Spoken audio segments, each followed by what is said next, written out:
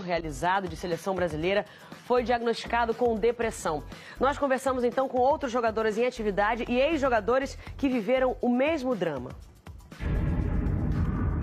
Se sente uma tristeza, parece que nada te deixa feliz, nada te deixa animado.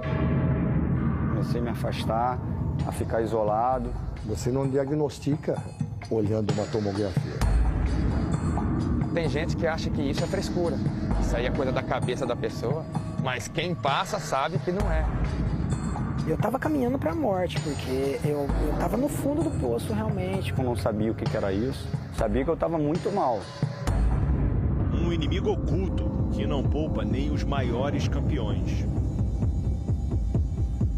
O melhor tratamento é manter você com aquela vontade de voltar a jogar. Nilmar, ex-atacante do Inter, Corinthians e Seleção, foi o último caso.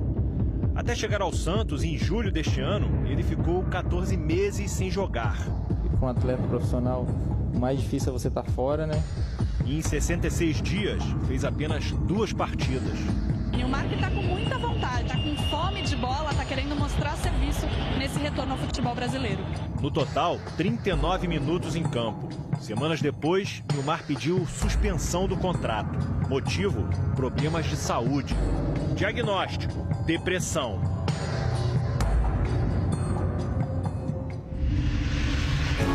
São 300 milhões de pessoas afetadas pelo mundo. O mal do século, segundo a Organização Mundial de Saúde. A depressão causa tristeza persistente, ansiedade, perda de interesse por atividade de rotina. Um transtorno silencioso que, na maioria das vezes, não avisa nem quando, nem por que se manifesta. Se alguém perguntar assim pra mim, Thiago, você estava com algum problema no trabalho, você estava com algum problema familiar, algum problema, sei lá, em alguma coisa? Nada. Problema nenhum. Não estava passando por nenhuma dificuldade. Nos últimos 3 anos, a doença foi o grande adversário de Thiago Ribeiro.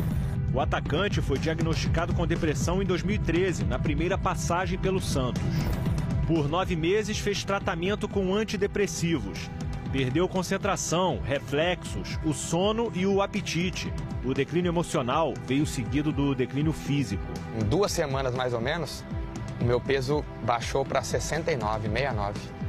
Cada dia que eu subia na balança a pesar, eu estava coisa de 400, 500 gramas mais magro.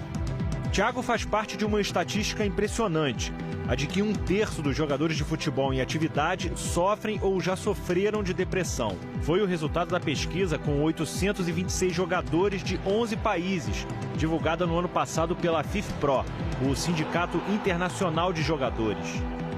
O Esporte Espetacular conversou com Vincent Gutebarge, o médico holandês que conduziu a pesquisa. A gente precisa conhecer mais sobre problemas de saúde mental no esporte profissional. Só que ainda mais importante é criarmos medidas preventivas e de suporte aos jogadores, para melhorar não só essa questão, como a qualidade de vida como um todo. Lesões graves que causam longa inatividade são o principal gatilho da depressão em atletas. Quem não se lembra do exemplo de Ronaldo?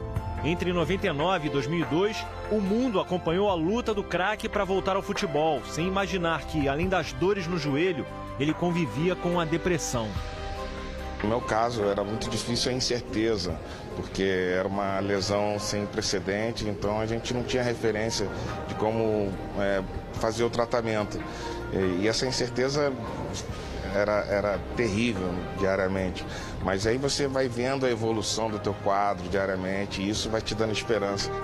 A depressão pode ser genética ou causada por lesões e muitos outros fatores. Pedrinho, ex-jogador do Vasco, do Palmeiras e da Seleção, passou por 3 cirurgias no joelho. Ficou quase 3 anos no departamento médico. Entrou em depressão profunda. No auge da doença, tomava 12 comprimidos por dia. Foram momentos, assim, cruéis. Mas nada foi pior para a saúde mental de Pedrinho do que a pressão dos que sugeriam que ele não jogava por falta de vontade. Você tem que provar a honestidade é muito ruim, né? É difícil você ter cabeça para conviver com essa situação. Só que assim, é o preço que a gente paga, né? Com Cicinho foi o contrário. Da noite pro dia, virou o galáctico do Real Madrid. E no melhor momento da carreira, mergulhou num vazio profundo. Foi na onde que começou, eu já não preciso mais treinar como eu treinava no São Paulo, porque eu já estou no Real Madrid. Eu não preciso mais concentrar para um jogo como eu concentrava, porque eu já estou na seleção brasileira. Cicinho trocou o futebol pelas festas, perdeu contratos e voltou ao Brasil, onde encarou a realidade. E numa conversa com uma psicóloga ali no São Paulo, ela me alertou sobre um problema. Ela falou, olha, você me respondeu algumas perguntas aqui num questionário que eu fiz e você está com um grave problema, você é dependente de álcool. E foi onde eu abri o jogo para eles. Eu falei, não, eu menti para a psicóloga, falando que eu consumo 4, 5 copinhos por dia, não. Eu consumo 40, 50. Então eu cheguei num ponto que eu sentava em um lugar e eu tinha que ir até alguém me carregar para casa. Ali eu vi que era o fundo do poço mesmo. Aí ali eu vi que eu estava numa constante depressão, porque a minha vida era maquiada por isso. Identificar um doente depressivo não é tarefa simples. Além de silenciosa, a depressão é uma doença de diagnóstico difícil. Dá uma mudança de comportamento de 1 ou 2 dias, com uma série de sinais ou sintomas compatíveis que vai possibilitar o diagnóstico. Quando você tem uma lesão no joelho, você sabe que você tem aquele problema. Tem lesão no músculo e assim por diante. A doença psiquiátrica, ela é uma doença oculta. Outra dificuldade, o preconceito, que no futebol faz da depressão um grande tabu. O próprio jogador tem esse bloqueio da coisa vazar e ele, de repente, perdeu alguma posição dentro do clube por causa disso. Quando percebeu os primeiros sinais da doença, Lúcio, ex-capitão da seleção brasileira, não teve dúvidas. Eu já procurei um médico e tive um acompanhamento, né? Desde a morte do pai em 2004, Adriano passou por várias crises de depressão. Semana passada, no programa Conversa com Bial, ele falou sobre o problema. Você entrou em depressão mesmo? Entrei. Fiquei uns 3 meses, 4 meses, muito mal. Você teve auxílio, assim? Não, tive. Terapia? Aí me pôs, né, psicólogo, botou uma equipe para mim.